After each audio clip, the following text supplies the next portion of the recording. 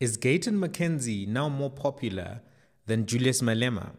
Is the EFF now at 6% again, which was their starting point in 2014? Let's dissect this. So Bellad and News 24 are reporting on a poll that was done by an organization called the Social Research Foundation.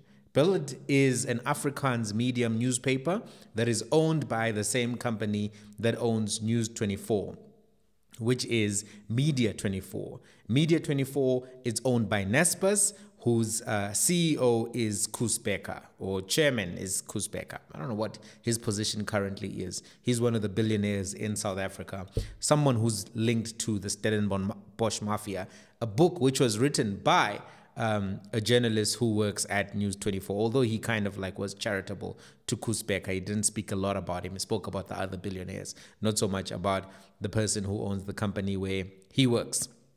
Anyway, according to this particular poll by the Social Research Foundation, Gayton Mckenzie is now the country's second most popular political leader. He's next to President Cyril Ramaphosa and to former President Jacob Zuma in popularity. Actually, third most popular leader. This poll, which is being reported upon, asked participants how they viewed political leaders, whether they viewed them in a favorable light, and it was conducted in September. The sample space of the poll is 1,204 participants, and it has a margin of error of 3%. So in a previous poll, which was done by the same organization, the Social Research Foundation, this which was done in May before the election, Gayton Mckenzie was polling at 5.9%. And now he has jumped all the way to 19.2%, right? Which is the most significant change in popularity for any of the party leaders who have been polled. So it's possible that Gayton Mckenzie has benefited from the profile that he has received and some of the decisions that he has made. Mckenzie has scrapped the Superfan initiative. That was one of the first things that he did. Then he shared the reimbursement, or not reimbursement, rather the support that particular artists had received during the COVID pandemic, and it was actually viewed by many people as a form of transparency, a form of letting them know how the department had supported artists, and also letting them know if there were people who didn't deserve to receive support, who had actually received that particular support. Gayton has definitely benefited from the high visibility he was able to get because of the various sporting events in the days since the coalition government between the ANC and the DA was formed, because he got a significantly high visibility ministry, which is sports, right, and culture. The rugby championship recently won by the Springbok, all the different games, some of which were played locally, definitely were highlights and moments which had lots of promotion, coverage, and also which were pushed by the media a little bit more, because there's this appetite in certain circles to make sure that there is this Mandela narrative around President Ramaphosa, and rugby is one of the big sports which is consumed by certain demographics, where there's an appetite to grow the support and appreciation of the government of national unity. So he's one of the persons who has benefited from this, and there were good moments, right? The victory of the rugby team, the Springboks, was good. They won. They were dominant. Many people love various players on the team. Good moments. Gayton benefits from that. There are also good moments from the Olympics. So he has been able to share joyous moments of victory, and that rubs off also on him. What I want to ask you, though, before we look at how the other leaders are also performing or talk about it, do you have a different view of Gayton Mckenzie at this particular point? Has he changed your mind? What are your reflections on his performance so far? Are you one of those people who now has a favorability view of him which has changed significantly? let's look at how the other leaders are doing according to this particular poll. Right. President Cyril Ramaphosa, the ANC leader, he has actually gone from 40.7% to 44%. John Steenhuisen, the leader of the Democratic Alliance, Minister of Agriculture, he has gone from 16.9% to 18%. It's basically a 1% increase, right? 1.1. It's not much. President Ramaphosa has gone up significantly. That's 3.7 for him.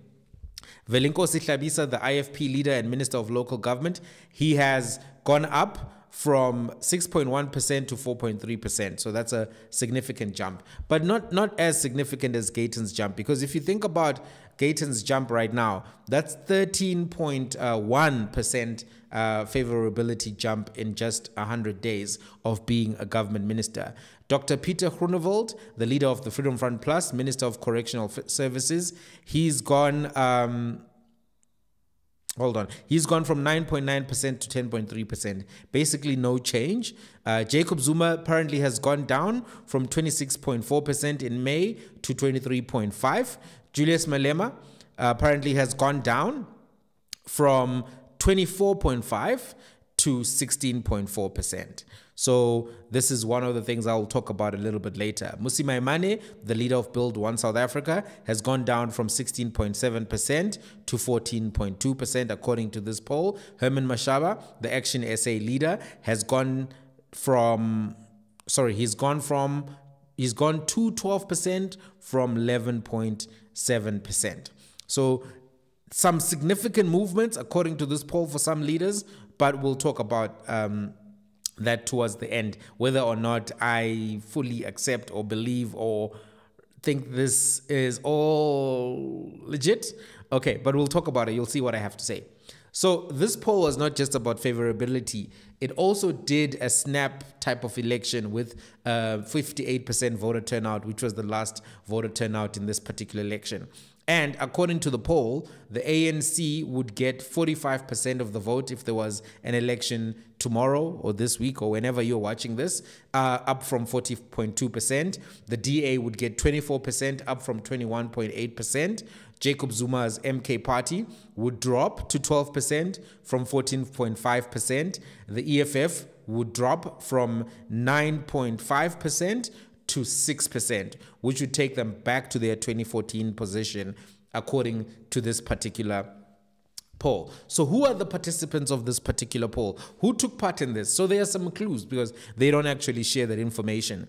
The clues that you can get is based on some of the responses they gave to some questions. The respondents in the poll indicated that they did not believe the GNU should maintain the previous ANC's government status quo in terms of policy. So apparently, a total of 67.4% of the respondents said that the GNU must get rid of race-based appointments in the public service. They're talking about BEE and they're talking about employment equity. 67.4% of the respondents don't like these policies. So that tells me that about 67.4% of this poll is coming from right-wing white South Africans, conservative white South Africans, because they're typically the type of people who are opposed to affirmative action, BEE. They are opposed to inclusion of rugby players from different races, quotas, etc. And this tells me that this poll leans primarily towards a DA type of audience and an older white South African type of audience, right? I don't think that you will find these views being held by, let's say, young white South Africans, white South Africans who are of the age of the rugby team, for instance. I don't think that they will have these views. So 67.4% of the polling respondents saying that they don't like BEE, affirmative action, or those, because that's what this is code for. So that gives me an idea. I don't know what you think, but that's my view. Additionally, what they said is that 55.1% of poll respondents say that they believed that the GNU should get rid of the policy of awarding government contracts based on race. So that gives you more of an indication who the polling participants were. I think it's mostly suburban South Africans. And this probably is a suburban poll predominantly. A total of 56% of the respondents also indicated that the government of national unity should devolve powers from the national government to the provincial governments to help with service delivery. This is basically the Western Cape type of arguments from the DA, right, where they say that they want to have more independence for the DA, and you've seen the Cape Independence Party being part of this type of rhetoric and ideology. So this is also giving you an indication, right, as to who was polled. And it also says here that 52.3% of the respondents believe that healthcare should be nationalized, as the national health insurance legislation aims to do. So that is a counterbalance to the other stuff. So I think it's about mostly a suburban population. They should give more information on who they are polling, because we need to know how randomized is their sample and how do they ensure that randomization. Unfortunately, they don't do that. Let me go into my thoughts about this poll and everything that it has said. Number one is that the GNU is still in the honeymoon phase of its administration, right? People are still positive, people are still, hopeful and optimistic. And typically when something new comes into being, there is a high, right? There's a lot of enthusiasm, a lot of excitement, a lot of benefit of doubt. And there have been lots of opening moves and gimmicks made by particular ministers, particularly DA ministers, Patriotic Alliance minister, who's Gayton Mckenzie, that have been well received. But honeymoons don't last forever. The best that you can do with the honeymoon is stretch it out a little bit, but it doesn't last forever. Sometimes a honeymoon, 100 days is about when some people will be over it, right? I mean, in terms of leadership, not particularly weddings, etc. But having said that, there will be issues that cannot be massaged much further, right? And those issues could still be issues that could shift these numbers quite significantly going into local government elections, because that's the next big set of elections that's coming up, right? Let's think about what those issues are. Price of electricity, the cost of food, unemployment, crime in communities, service delivery. If these issues do not see a change, and if they continue to get worse, it will be difficult for the enthusiasm and benefit of the doubt to continue. An administration is often at its highest popularity at the onset, and after that, the popularity goes down. Even if you look at the favorability ratings of Joe Biden at the beginning versus now, if you look at the favorability ratings of Barack Obama at the beginning of his first term, towards the end of his first term, as well as the beginning of his second term, towards the end of his second term, you will see that there was a drop. And that drop typically happens as more and more people realize that their lives are not changing in significant ways, or as those politicians fail to deliver on the promises that they made during the manifesto, the campaign period, the manifesto campaign period. Right. I also think that, having said that, the GNU parties should still be concerned by these types of results that they've gotten in this SRF poll. I'm going to talk about the SRF as an organization entity a little bit later. So why should they be concerned?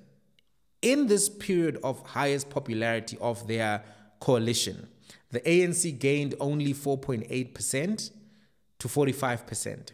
And that's still very far from the 62% that they had in the 2014 elections. It's very far from governing outright, and they may not be able to form a coalition again with the DA in the next election, because the DA may be unwilling to take 5 cabinet positions and then get bullied by the next ANC president and then have bills signed that they don't support, etc. They are also learning from experience that Maybe sometimes it's better to let them have a minority government and then you can influence from the outside of the coalition as opposed to being part of the coalition. I'm not sure that the ANC wants to still be under 50% and to have to rely on making some kind of a coalition deal to govern. So that's the first thing. That kind of a jump, considering that there's still going to be an elective conference that will not bring Cyril Ramaphosa back because he can't run again. So I'd be worried as the ANC if I took these results at face value,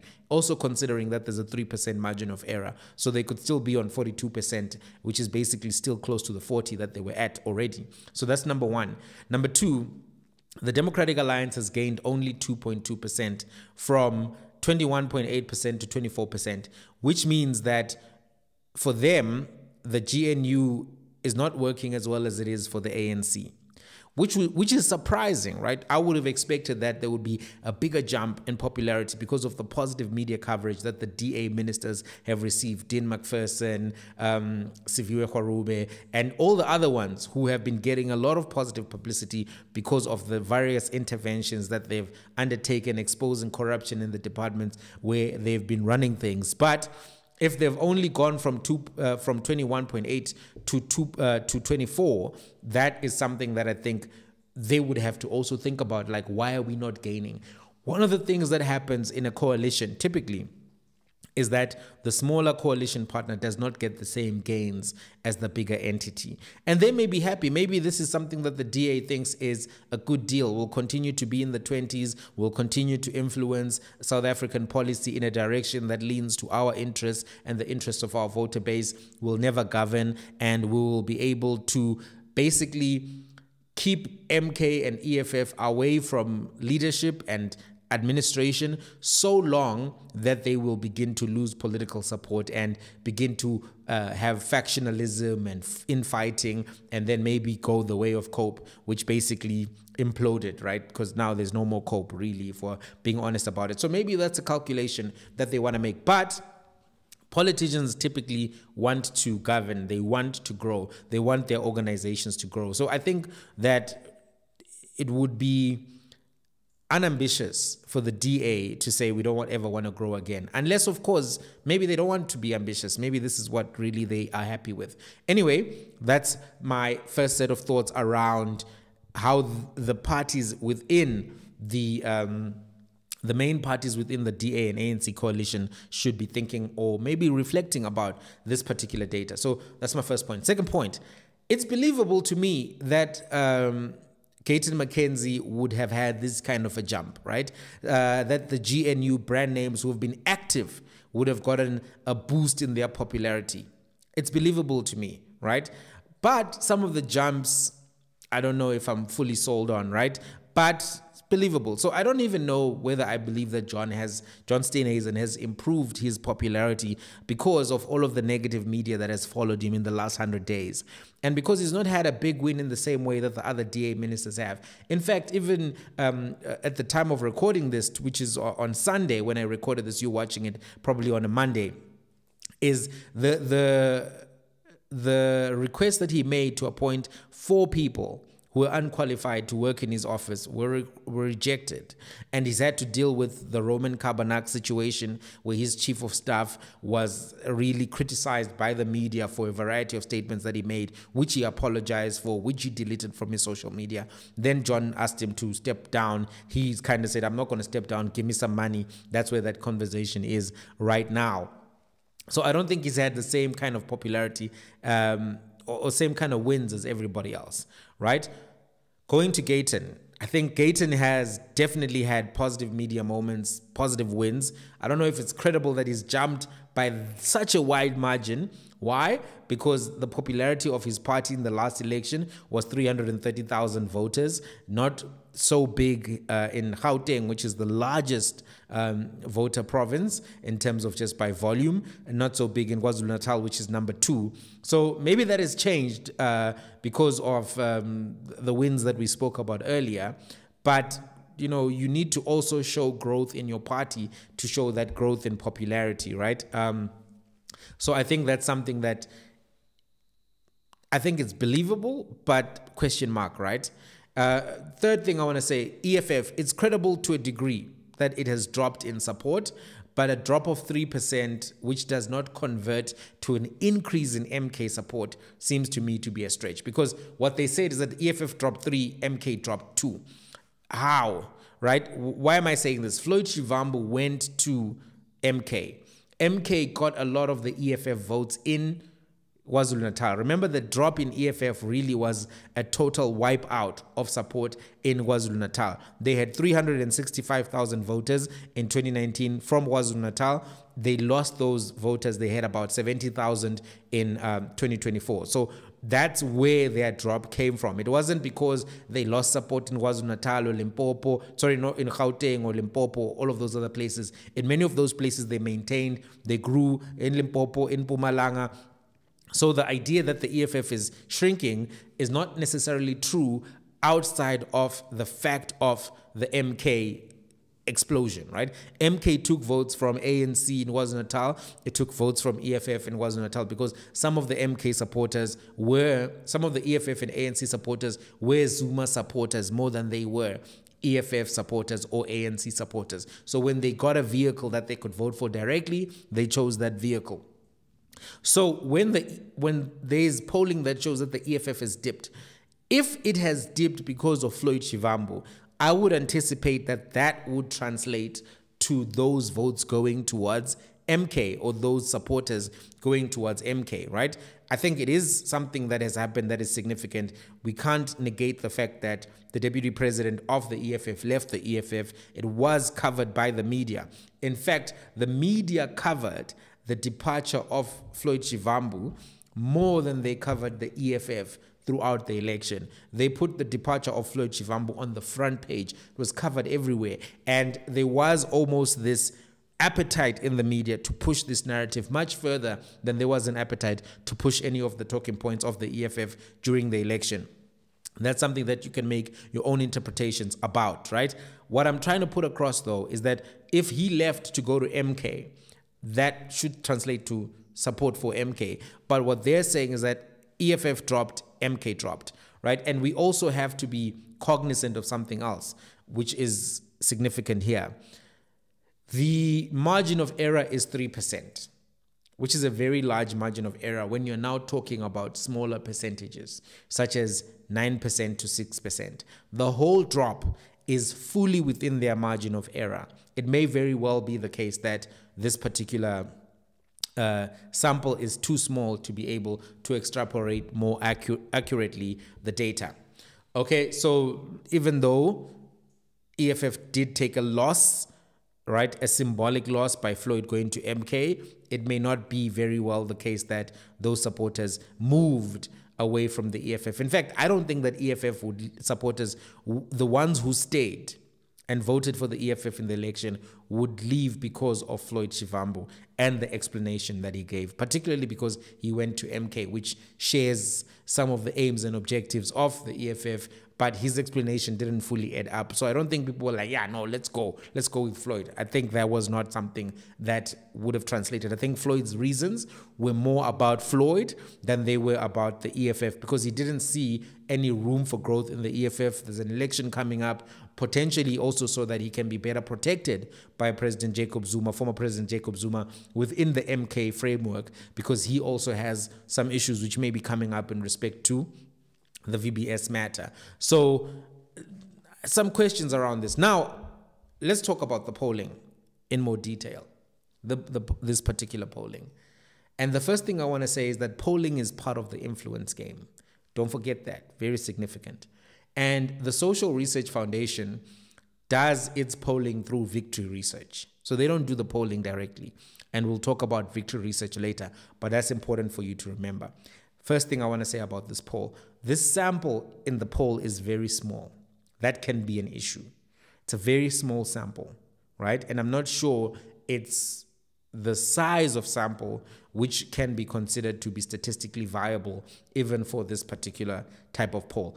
I did statistics in university for my first year of university. I didn't do it much further, but I do know that you need to have a credible sample and you need to have a randomized sample as well, and they don't share how they are dealing with those types of things. Because to sample a voter population of about 16 or 17 million people from 1,200 people, I don't know if that is something that we should not keep underlining. That's the first thing. The second thing is that the demographics of the respondents are not provided to the public. So the poll in and of itself is not transparent. Also, this poll is not peer-reviewed. Peer review is an important part of the academic and scientific process. They are producing content of an academic and scholarly nature. They're trying to say, this is what the statistical data is indicating about political support. However, it's not peer-reviewed, and it's not being published in full in a manner that allows for it to be peer-reviewed. Oh, bless me. Bless me. Right? So that's something that we need to be aware of. Then the other thing that we need to be aware of is that there are only 3 companies who are doing polling in South Africa, right? There's Ipsos, which is an international polling company. Then there is the Brenthurst Foundation, which is an Oppenheimer founded foundation. It was founded by the Oppenheimer brothers. Then there is this company, which is Victory Research, which is doing the polling for the Social Research Foundation. So now Victory Research, right, was founded by Johan van der Berg, who is the managing partner, and Gareth van Onselen, who is the CEO. Johan has worked and is still working with the Democratic Alliance as their chief researcher. Gareth van Onselen used to work for the Democratic Alliance with Tony Leon, with Helen Ziller, and he left the DA in 2013 in part to form Victory. So one guy is still working at the DA, the other guy is no longer working at the DA. But even Gareth van Onselen, he still writes columns on politics in the Business Day, which are favorable to the DA and anti the EFF, for instance, and anti the ANC. Why does this matter? It creates conflicts. It creates potential for abuse of power, and it creates potential for the manipulation of data towards particular ends. Considering what I started by saying is that polling is part of the influence game, right? The clients of Victory Research are the Democratic Alliance and some of the Stellenbosch-owned media houses, such as News 24, such as Blid newspaper, and Stellenbosch businesses. They are basically funded by the same people who fund the DA directly, and they are funded by those people directly and indirectly by this kind of commercial support. What it means effectively is that 2 out of 3 of the polls that are being used to assess popular sentiment towards politicians, policies, etc., have conflicts of interest and agendas. They have agendas. You can't say to me that a polling company that is a poll that is run by the Oppenheimers, who gave 50 million rands in May and April to the IFP, doesn't have an agenda. They gave 100 million or so to the Democratic Alliance. You can't say that it doesn't have an agenda. The Oppenheimers are political players. I mean, their family has always been involved in politics, by the way. Their father was involved in politics. Their grandfather was involved in politics. So it's always been a political family, because that's how you also get to control diamonds and keep diamonds and be part of big mining companies. You have to play the political game. So the polling, to me, is not neutral. It's not necessarily neutral. Only Ipsos, I think, is the polling company that I can say, because of their international nature and because they have lots of statisticians who work for them and they have a long background, we can take them without necessarily the same type of skepticism that we take these other entities, right? Polling is part of the influence game, and it's heavily scrutinized in other countries. You will have discussions about good use of polling, bad use of polling, whether or not a polling company is compromised, whether or not it has a affiliation with political parties. Those discussions are had in America, in the UK. Why? Because some undecided voters are influenced by media and these polls. They may go with the crowd because they have not taken the time to study the policies and leaders of the parties, and they're undecided at the time at which they get to vote. So if they see 60% is going with this or 70% is going with this, they'll go with that.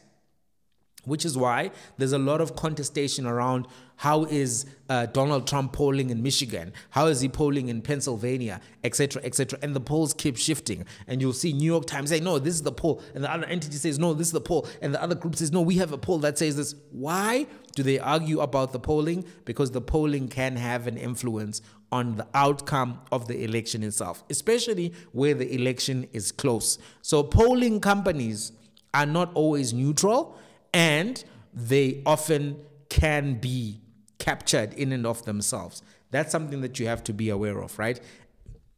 The last thing I want to say about this is the following.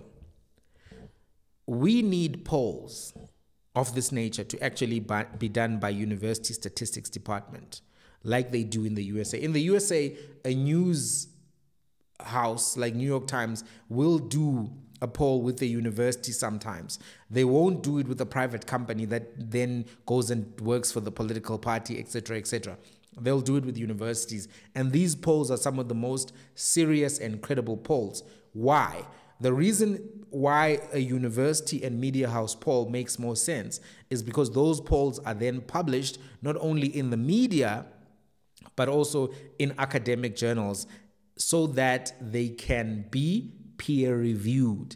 Peer review is an important part of the academic process, and particularly the scientific process, because other scientists need to be able to see if they can replicate the outcomes that you got and then corroborate that data. They need to be able to scrutinize your methodology and see if it is in line with best practice and in line with standard norms.